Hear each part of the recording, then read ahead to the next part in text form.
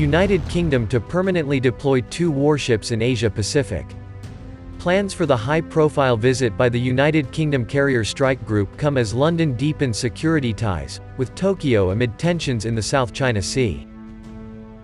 Britain has announced that it will permanently deploy 2 warships in Asian waters after its Queen Elizabeth aircraft carrier and escort ships sailed to Japan in September through seas where China is vying for influence with the United States and Japan. Plans for the high-profile visit by the Carrier Strike Group come as the United Kingdom deepens security ties with Tokyo, which has expressed growing alarm in recent months over China's territorial ambitions in the region, including Taiwan. Following on from the strike group's inaugural deployment, the United Kingdom will permanently assign 2 ships in the region from later this year, Britain's Defence Minister, Ben Wallace, said in a joint announcement on Tuesday in Tokyo with his Japanese counterpart, Nobuo Kishi. "We reconfirmed our shared position that we firmly oppose attempts to change the status quo by coercion, and the importance of a free and open Indo-Pacific based on the rule of law," he said. After their arrival in Japan, Kishi said, "The Queen Elizabeth and its escort ships will split up for separate port calls to United States and Japanese naval bases along the Japanese archipelago." In a statement on the deployment, a Pentagon spokesperson congratulated Britain for its commitment to an interconnected network of allies and partners, who mutually cooperate and support freedom of navigation, and a rules-based order in the Indo-Pacific region. A close United States ally, Japan hosts the biggest concentration of United States military forces outside the United States, including ships, aircraft and troops. The British carrier, which is carrying F-35B stealth jets on its maiden voyage, will dock at Yokosuka, the home of Japan's Fleet Command and the USS Ronald Reagan, the only forward-deployed United States aircraft carrier.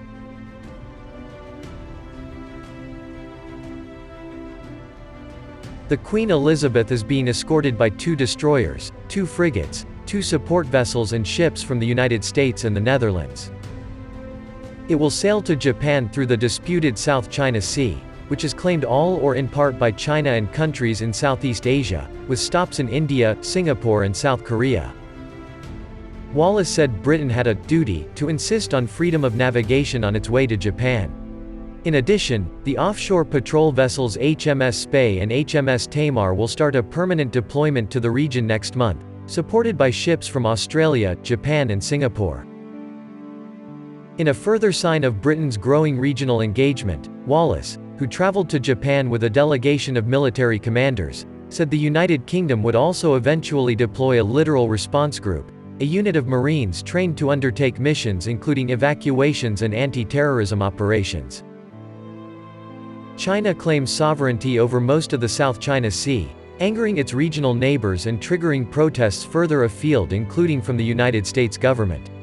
Its claim on the so-called Nine-Dash Line has also been rejected by the Permanent Court of Arbitration at The Hague as without legal basis.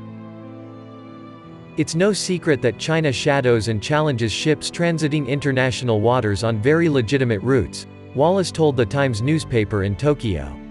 "We will respect China and we hope that China respects us," he said, stressing, "We will sail where international law allows."